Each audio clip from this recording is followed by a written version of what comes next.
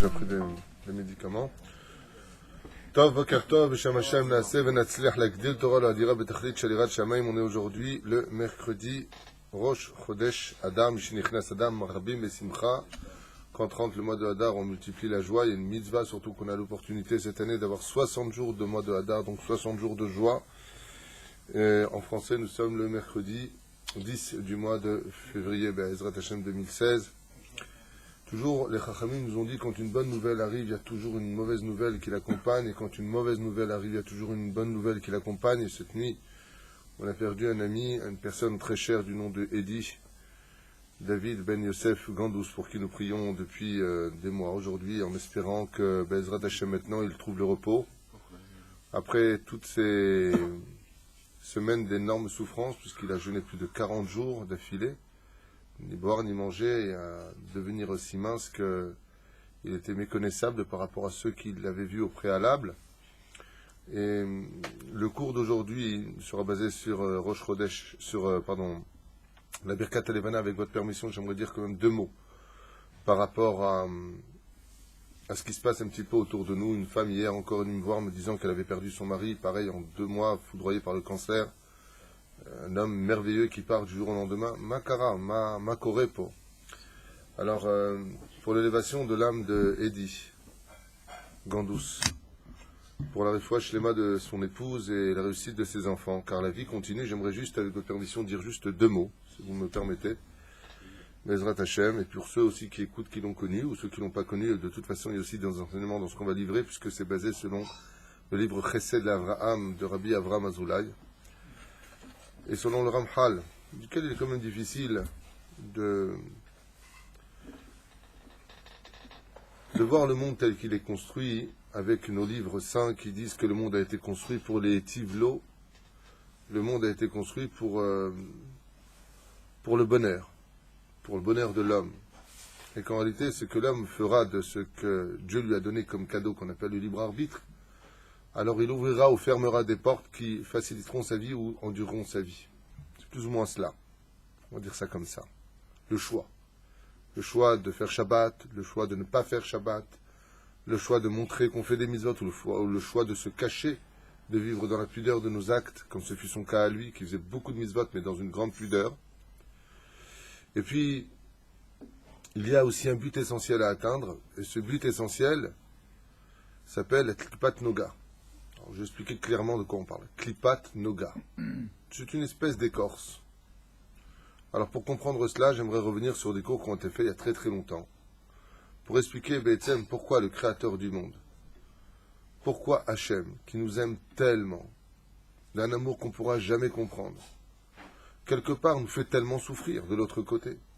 Pourquoi ce paradoxe de je t'aime, je veux tout te donner, et de l'autre côté, pourquoi c'est tellement dur dans la vie, tellement compliqué, tellement... on a envie de se dire presque, Chas Shalom, mais t'es où Hachem, qu'est-ce que tu fais? On a envie de lui dire, je peux te parler un instant, peut-être t'es pas bien toi aussi. Chas Khalila. On a envie de lui dire, die. La personne hier qui m'a parlé, non seulement elle a perdu son mari, mais elle a aussi perdu son fils. Alors, Mishenichnas Adar, Marbim Besimcha. C'est facile à dire. Mais comment on peut comprendre, avec une émouna de fer, ce que d'autres personnes qui, par contre, eux, l'ont compris, comme Rabbi Akiva Alav Shalom, qui est passé par des souffrances que personne n'a connues, Rabbi Akiva Ben Yosef, dépecé, son corps déchiqueté, et il rigolait, et il était heureux, et il était bien. Alors il y a 2 solutions. Ou c'était un fou, Khalila, ou c'était un génie qui avait tout compris. D'autres cas, Rabbi Elazar Ben Rashbi, qui a souffert comme peu d'hommes sur terre ont souffert, puisque toutes les maladies du monde se jetaient sur lui toutes les nuits. Et comment il appelait ses souffrances? Habibi. Habibi, ça veut dire mes amours. Quand il souffrait, il disait Baruch Hashem. Alors 2 cas de figure, où il était fou, Chas Shalom, où il avait compris des choses que nous on n'a pas compris. Est-ce qu'on peut considérer que une personne malade, une personne souffrante, une personne handicapée, une personne qui est atteinte du cancer et qui perd 1 kilo par jour, on pourrait considérer que c'est un cadeau de Dieu? Selon Yaakov Avinu, à qui on doit tout cela d'ailleurs, oui, parce que Yaakov Avinu Alav Shalom a été le premier homme de l'histoire à avoir demandé la maladie sur terre. Il dit voilà, Hachem, il lui a dit, il lui a proposé, tu es tellement méritant, demande-moi ce que tu veux, comme ça dit le Midrash. Vakesh mimeni davar, demande-moi une chose. Il lui a répondu, maître du monde, j'ai une bakasha à te demander, j'ai une chose à te demander. Je voudrais que tu nous donnes le temps de nous préparer. Parce que, comme on l'a vu hier dans le Midrash, jusqu'à ce jour-là où Yaakov était en Égypte, où il pria à Hachem pour avoir, selon son ta'am à lui, sa définition à lui, un cadeau du ciel. Et comment il appelait ce cadeau? La maladie. Alors, encore une fois, où il est fou, où il a compris quelque chose qu'on n'a pas compris. C'est même bizarre. Et voilà que Hachem lui dit, tu veux quoi pour te préparer? Il dit faire comprendre à l'homme et casser son orgueil, quelque chose qui nous met dans une telle situation qu'on réalise que nous aussi on peut mourir demain et qu'on a intérêt à se préparer. Parce que la vie est tellement faite de je vis, tac, d'un coup tu éternues et tu perds ta vie, ça veut dire que les gens éternuaient et ils rendaient leur âme, que c'est pas une bonne solution pour laisser le temps aux parents de dire à leurs enfants, voilà ce que je te lègue, voilà ce que je ne te lègue pas, voici ce que je donne à ma fille de mon vivant, parce que les filles n'héritent pas, donc la personne ait le temps de dire ce qu'elle veut comme un cadeau et non plus comme un héritage pour contourner la halakha, et surtout pour que la personne ait le temps de faire cet tahanonim, le temps de demander pardon à tous ceux qui ont fait du mal, et plus encore, a dit Yaakov, que nous ayons le temps de rembourser ce que l'on doit, de régler les problèmes de notre vie pour ne pas revenir. Hachem, il lui a dit, en d'autres termes, ce que tu demandes, c'est le temps de demander Mechila à tout ce que tu as provoqué dans ce monde. Yaakov lui a répondu oui. Shetilanu mahala, zman le Mechila. Donne-nous le temps de régler tout avant de partir. Parce que si tu n'as pas réglé, tu reviens. Azma lecha, il a dit Hachem. Pourquoi faire? Yaakov, et nous, il dit à Hachem, pourquoi faire?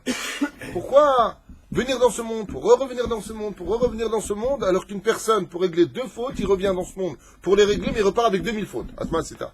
Si ce n'est pas 2 millions ou 2 milliards. Asma Sita, comme le dit Rabbi Nachman de Breslev. Toute la vie d'un juif, il devra demander dans Saïd Beau des doutes, dit Rabbi Nachman, de ne pas revenir au Gilgoul. L'orotse. Les grandes sadikim, quand ils doivent revenir dans ce monde, ou pour une faute qu'ils ont laissée sur terre, ou pour régler quelque chose dans leur famille, comme le raconte Anaël dans son livre d'ailleurs, elle-même en fait part, ils demandent à Hachem quelque chose d'incroyable. Donne-moi un magen, donne-moi un bouclier. Alors Hachem il demande, dis-moi ce que toi tu veux. Moi je suis là pour faire que du bien. Mets-moi dans un corps moukbal, mets-moi dans un corps où je sois limité. Je veux pas voir, je veux pas entendre, je veux pas parler, je peux pas bouger. De telle façon à ce que je sois quitte des mises de la Torah vis-à-vis de la halakha. Alors pourquoi tu viens? Juste pour régler un problème. On demande à Hachem, la Neshama elle descend dans ce monde et elle dit à Dieu, limite-moi. Limite-moi, je te demande à Hachem de me limiter. Pourquoi? Et combien de temps je vais vivre? Allez, 50 ans, 60 ans, 70 ans, 80 ans. Les Neshamot, c'est-à-dire nous-mêmes, parce qu'on a toujours l'impression quand on parle de Neshamot d'âme que c'est l'autre. C'est nous. Ce qui bouge là maintenant, ça c'est un gant. C'est un corps. Si mon âme sort de mon corps, le corps tombe. Ça veut rien dire. Il y a d'autres cas. Il y a beaucoup d'exemples à rappeler comme ça. Lisez la biographie du Baal Shem Tov, les histoires du Baal Shem Tov. Qu'est-ce qu'ils en racontent? Ils sont de Gilgoulim, de celui qui est né aveugle, et sauf il avait le poulet, juste à dire il était cachère. Il est venu pour ça au monde, et donc je l'avais rendu aveugle, sourd et muet, pour ne pas qu'il tombe ni dans la faute des yeux, ni dans la faute de la langue, de faire du hachonara, ni des oreilles. Plein d'histoires. Pourquoi il est né riche, pourquoi il est né pauvre, pourquoi il est né handicapé, pourquoi. Il y a aussi la faute de l'homme. Celui qui a frappé toute sa vie durant pour prendre de l'argent aux autres, il ne faudra pas s'étonner qu'il revienne avec les 2 mains handicapées. Il y a des comptes qu'on n'a pas dans nos comptes à nous, parce que nous, on ne voit que ce que l'on veut voir et on ne comprend que ce qu'on veut comprendre avec un cœur qui nous trahit souvent. Et c'est ce que les grands de la Torah ont compris, comme Rabbi Akiva, comme Rabbi Eliezer et bien d'autres. Ils ont compris que les souffrances avaient en eux un bien-être qu'on ne pouvait pas comprendre parce qu'ils dépassaient l'entendement humain. Mais Dieu nous a donné, dans la paracha qui est passée, Mishpatim, Verapo Yerafé. Le médecin guérira. Quand on va chez le médecin, vous le savez, le médecin, il est bizarre. Je me rappelle une fois, une moto m'est tombée sur le pied gauche, il m'a cassé le pied en deux. Il est tombé, 360 kilos, sur le pied gauche. Mon pied, il s'est cassé en deux. J'arrive à l'hôpital, Barzilai, et le médecin vient, il me prend le pied, il me fait « Vous avez mal ?» J'ai hurlé. Il m'a dit « Ok, c'est cassé. » Je lui dis « Teubé.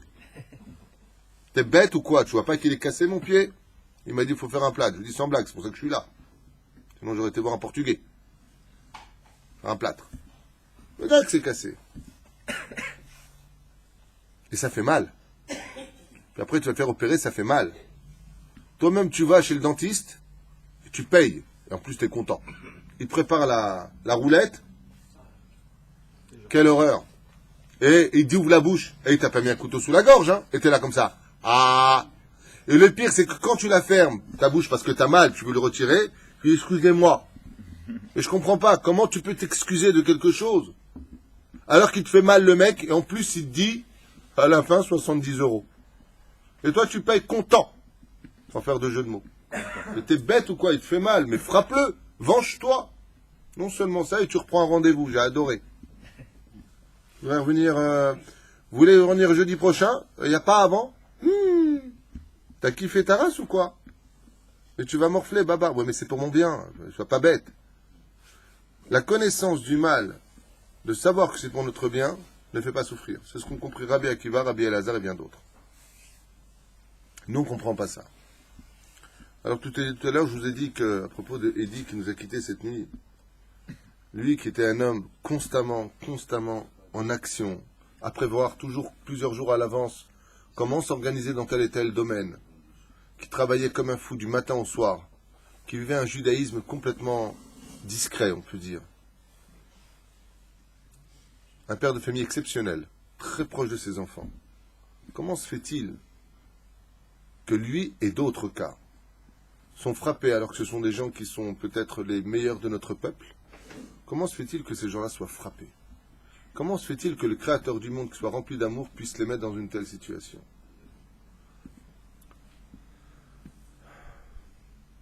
Quand on vient au monde, on ne vient pas d'un néant absolu. On a existé, on existe, on rend ce gant dans lequel nous avons été, le corps, et on continue notre vie.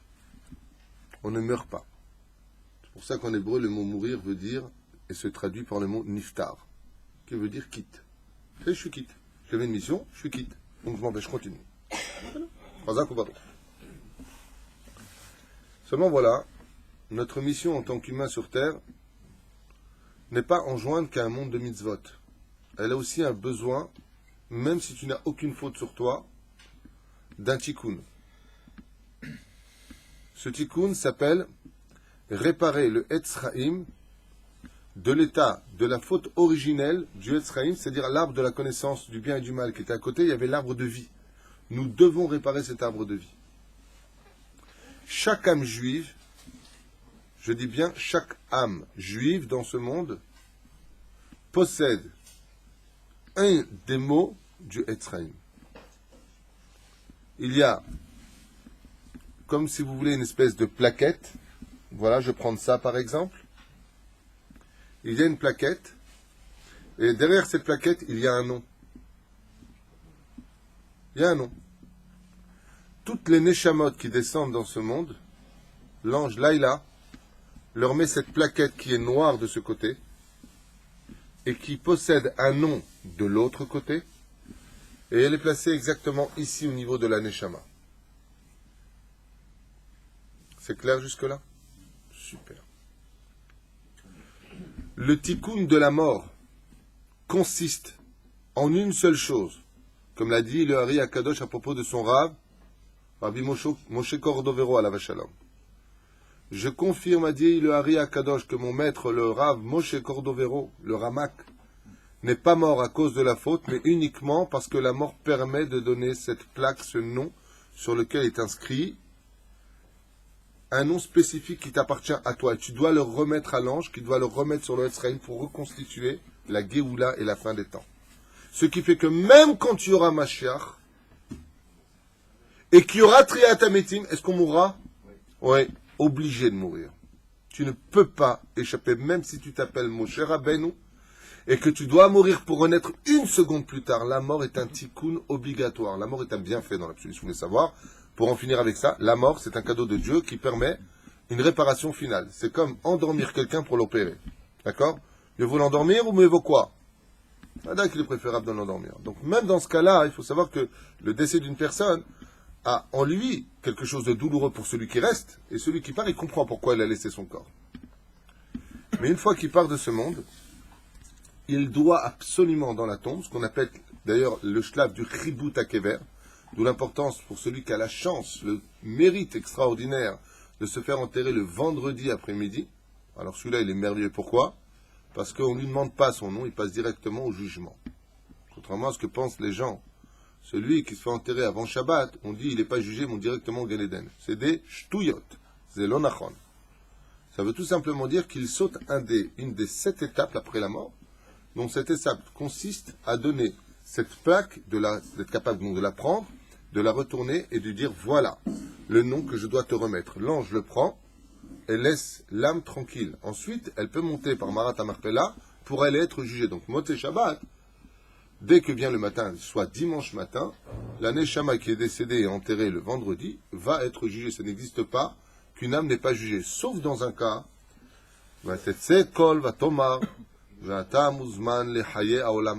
Si tu es invité au monde futur par une bat-kol, une voix céleste qui t'y invite, là il n'y a pas de jugement, parce que tu es un invité. Ça veut dire que l'ange dit, excusez-moi, mais je l'emmène directement là-bas, c'est Dieu lui-même qui l'a invité au Lamaba, comme ce fut le cas de plusieurs personnages dans la Bible, et surtout dans la Gemara, chez Yatsa bat-kol va Marlo, Ashrecha Shata Ben Olamaba, Shata Muzman Lechaye Olamaba, comme le bourreau de Rabbi Hanania ben Teradion, ou que ce soit Eliyahu Hanavi, non, il a payé ce srout, malgré sa grandeur en Torah. Bon, bien d'autres, l'homme échané. Mais voilà que cette plaque, qui est placée sur nous, elle a juste un problème. Vous voyez, Minashamaim, je tiens une plaque dans les mains. Vous savez, c'est quoi cette plaque? Qu'est-ce qu'elle a comme particularité, cette plaque? Elle est aimantée. C'est-à-dire, si je la pose sur le frigidaire, elle reste. Pour la décoller, qu'est-ce qu'il me reste à faire? Juste, je la tire un tout petit peu. Est-ce qu'elle va résister? Non, c'est exactement ce que fait Hachem. Il dépose avec une pellicule très fine un aimant sur nous, sur lequel, derrière cette plaque, il y a un nom. Et cette plaque-là, si on ne fait aucune avéra, elle reste tout simplement à l'image de cette substance que l'on met qui reste collée à un frigidaire. Ce qui fait que le tzaddik, quand il part de ce monde, lui, comme on l'expliquait hier, quand il souffre, c'est pour le peuple. Et quand il meurt, dès que vient l'ange et qu'il lui dit « Donne-moi ton nom », Vakasha. Aussi simplement que de sortir une carte de visite de sa poche intérieure. Il lui donne. Mais il arrive malheureusement, et c'est pour cela que Yaakov Avinu a demandé la maladie, il arrive qu'il y a des gens, comme c'est le cas de nous tous ici présents, et de moi le premier, qui allons faire une grosse bêtise. On va faire une très très grosse bêtise. On va aller chercher des clous, on va aller chercher un marteau, et on va enfoncer des milliers de clous sur cette plaque. Des milliers de clous. Ce qui fait que si maintenant, toute la plaque est enfoncée avec des clous plus ou moins grands, il y a des clous qui vont être extrêmement longs, comme faire du lachonara sur les uns et les autres. Chaque fois que tu fais une avéra, tu plantes un clou à l'intérieur de cette plaque. Chaque fois que tu fais une avéra, une femme qui sort dénudée, elle met en une seule seconde des millions de clous ici. Des millions de clous. Chaque yeux qui la regarde, hormis le ciel, pac, pac, pac, pac. Vous connaissez les revolvers avec les clous? Une clouteuse. Ça fait prac, prac, prac, prac, prac. Nora ve'ayom. Nora ve'ayom. Mais plus une personne, je prends cet exemple comme un homme, je ne parle pas d'être shomer Shabbat, de ne pas manger cachère, de vivre avec une non-juive. Chaque seconde qui passe, tu mets un clou. Ce qui fait que quand la personne décède, et c'est ce qu'a vu Yaakov Avinu, quand la personne décède, on lui dit « Donne-moi ta plaque ». Moi, j'ai que des clous, j'ai pas de plaque. Quand le mec cherche, il n'y a pas de plaque. Il a tellement d'avérotes sur lui. Alors il y a 4 anges qui descendent. Comme c'est marqué aussi dans le livre Minchat Yehuda, les âmes racontent, les esprits racontent. Et qu'est-ce que font les anges? Ils vont fracasser et fracasser et fracasser constamment le corps dans la tombe, jusqu'à ce que les clous n'aient plus de signification. En d'autres termes, le corps va être fracassé en milliards de morceaux, jusqu'à ce que les anges récupèrent cette plaque pour la remettre. De toute façon, tu devras la remettre. Ça s'appelle Hibut HaKever. C'est le fracas des os. Le problème, c'est que ces os-là, étant donné que la plaque s'est retrouvée à l'intérieur, quand tout est cassé, alors comment on fait? Il reconstitue le corps. Il le recasse pour savoir exactement où est-ce qu'elle est, parce qu'elle a bougé de place à force d'avoir été enfoncée. On ne sait plus où elle est. C'est une image que je vous donne, mais la réalité n'en est pas moins vraie. C'est que malheureusement, ces anges-là, eux, ils ne sont pas sympathiques, et ce n'est pas des médecins. Ils sont là pour récupérer cette plaque. C'est comme une mafia. Ils ne sont pas là pour te ménager. C'est pour ça d'ailleurs que dans certaines Chevra Kadisha, on met en pratique le Hibut HaKever avant d'enterrer les gens. On le secoue. Par exemple, à Ashkelon, ils font comme ça. Ils secouent le mort au niveau de la tête, au niveau des pieds, pour essayer de faire tomber maintenant la plaque avant même qu'il ne vienne. Chaque endroit dans la ville d'Israël a son minag. Ici, ils ne le font pas. À Ashkelon, quand ils le font. Ça n'a rien à voir avec le jugement. C'est pour cela, écoutez ce que j'ai à vous dire. C'est pour cela qu'il existe une ségoula, un remède, qui est une espèce de moyen de partir avec un marteau. Vous savez le marteau qui a deux dents là? Le marteau qui a deux dents, comment on appelle ça? Le marteau édenté. Peu importe. Tov Sanim en hébreu, ouais. Il y a une ségoula qui est, à chaque fois que tu finiras ta mida, de commencer un verset avec la lettre de ton premier nom. Par exemple, tu t'appelles David, ça commence par Dalet, ça finit par Dalet. Tu regarderas dans le 119e Teilim, par exemple, là-bas il y a tout le alphabet A, et à la fin de ta mida, tu diras un verset qui commence par la lettre de ton nom et qui finit par la lettre de ton...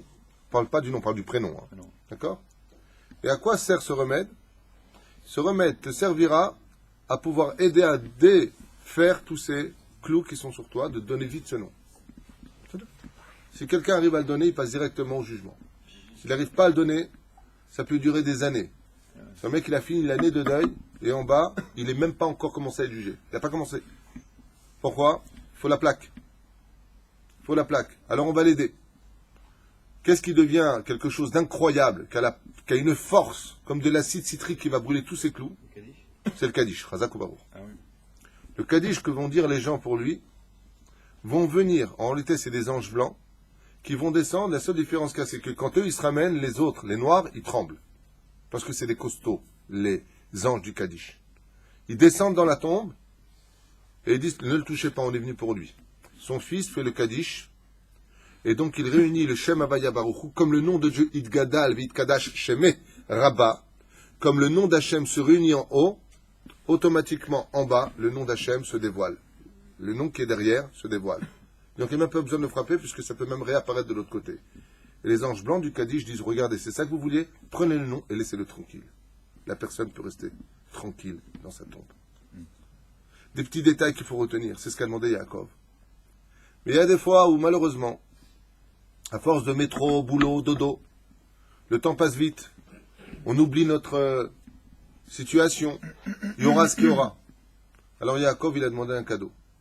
Il a dit, bon, mais il n'y a pas moyen, peut-être, il n'y aurait pas moyen, peut-être, je dis bien, a dit Yaakov à Hachem, qu'on puisse de notre vivant déjà décoller cette plaque qui est sur nous.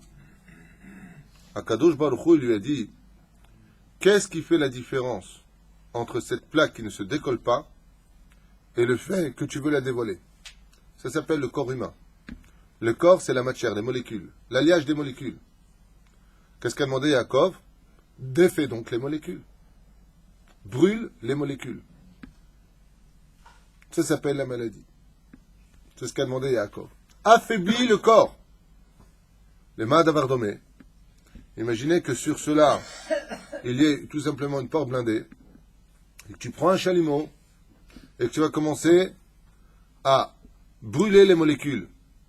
Cette porte blindée, à force de quelque temps, va devenir si faible qu'en un coup, tu vas la casser.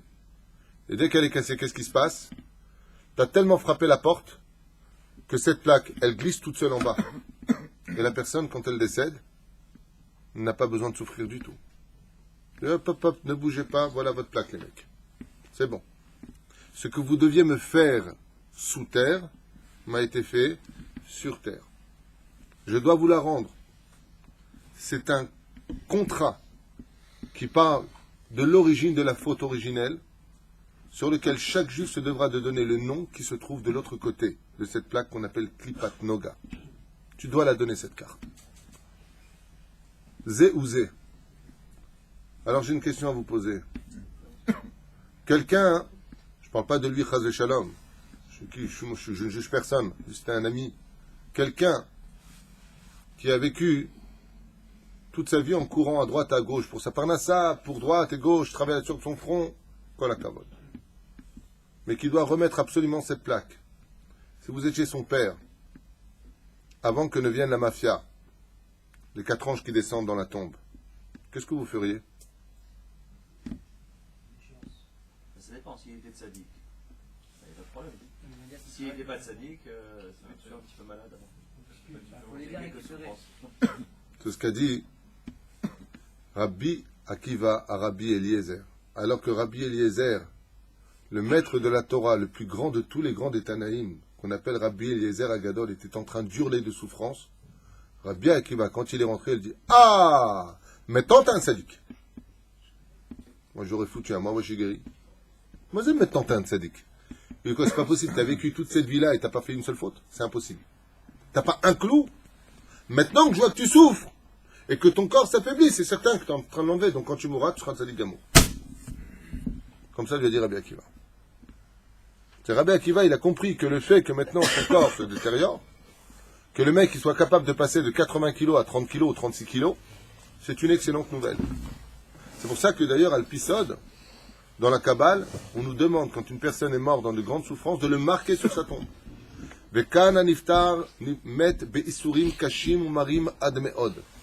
Quand une personne est morte dans de grandes souffrances, il est impératif de marquer sur sa tombe qu'il est mort dans de grandes souffrances. Pourquoi?